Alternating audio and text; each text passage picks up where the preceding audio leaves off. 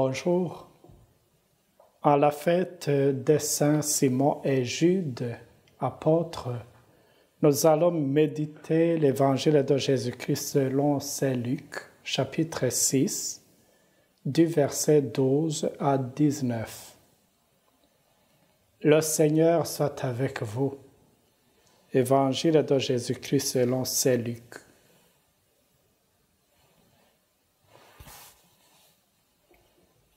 Jésus, le roi des rois, c'est Jésus, le bon pasteur. Alléluia,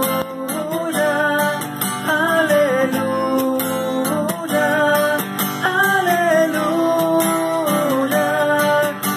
Alléluia, Amen. En ce jour-là, Jésus s'en alla dans la montagne pour prier. Et il passa toute la nuit à prier Dieu. Le jour venu, il appela ses disciples et en choisit 12, auxquels il donna le nom d'apôtres.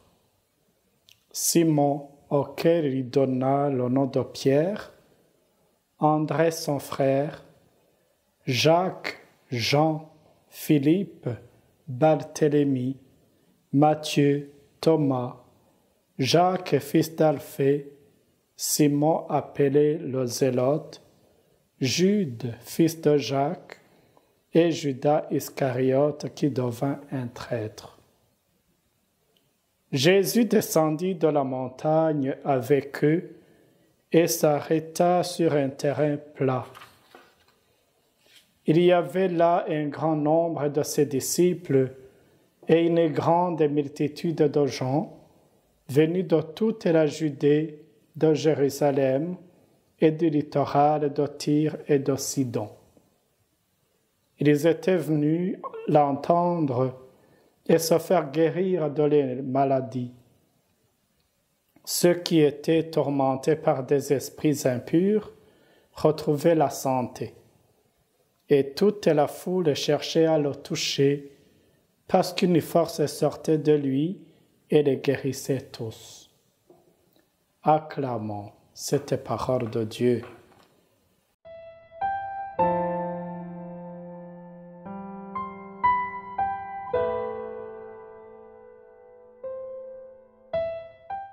Comme nous venons de l'entendre dans l'Évangile, Simon et Jude font partie du groupe de 12 apôtres choisis par Jésus. Avant de prendre cette grande décision, Jésus commence par la prière, une prière de toute la nuit. L'on peut se demander, puisque Jésus est le Fils de Dieu, est-ce qu'il avait besoin de prier?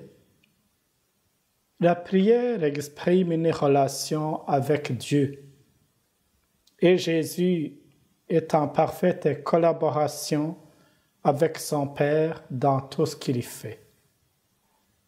Surtout avant de prendre cette grande décision de choisir ceux qui seront les fondements de l'Église, il ne pouvait pas ne pas en parler avec son Père.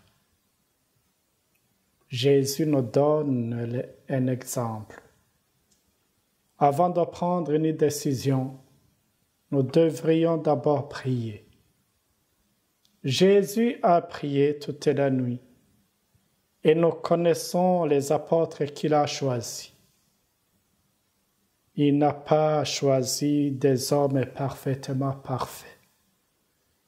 Il a choisi des hommes ordinaires, pleins de faiblesses, d'incertitudes et même de doutes. Nous savons ce qui s'est passé avec eux. Nier le Christ, discuter les places et trahir leur maître. Jésus ne nous choisit pas parce que nous sommes des personnes capables, il nous fait confiance. Or, faire confiance, c'est déjà aimer. En choisissant les apôtres, Jésus ne forme pas une équipe pour seulement être avec lui. Il va les envoyer. Parce que c'est même la signification d'apôtre, envoyer. Il a déjà cette idée de partager sa mission. Il les enverra dans le monde entier pour porter la bonne nouvelle.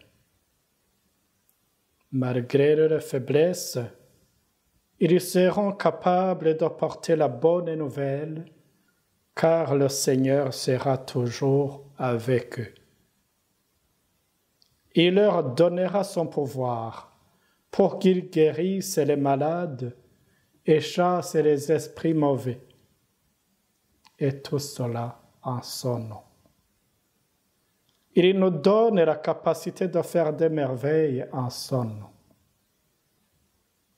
De par notre baptême, nous sommes nous aussi des apôtres. Peut-être que nous sommes faibles et fragiles comme ces apôtres, ou même pire qu'eux. Mais le Seigneur n'est jamais découragé par notre faiblesse. Il est sensible à notre misère et il est toujours disponible pour nous aider et pour nous relever. Seulement, il faut manifester cette soif que nous avons besoin de lui, que nous avons besoin de son aide, comme cette foule qui cherchait à le toucher afin d'être guéri. Ces gens reconnaissaient en Jésus le Messie et Sauveur.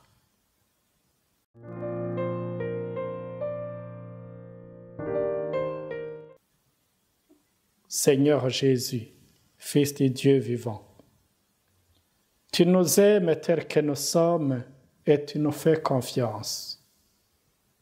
Assiste-nous dans la décision que nous désirons prendre et envoie-nous ton esprit de sagesse pour nous aider à discerner. Amen.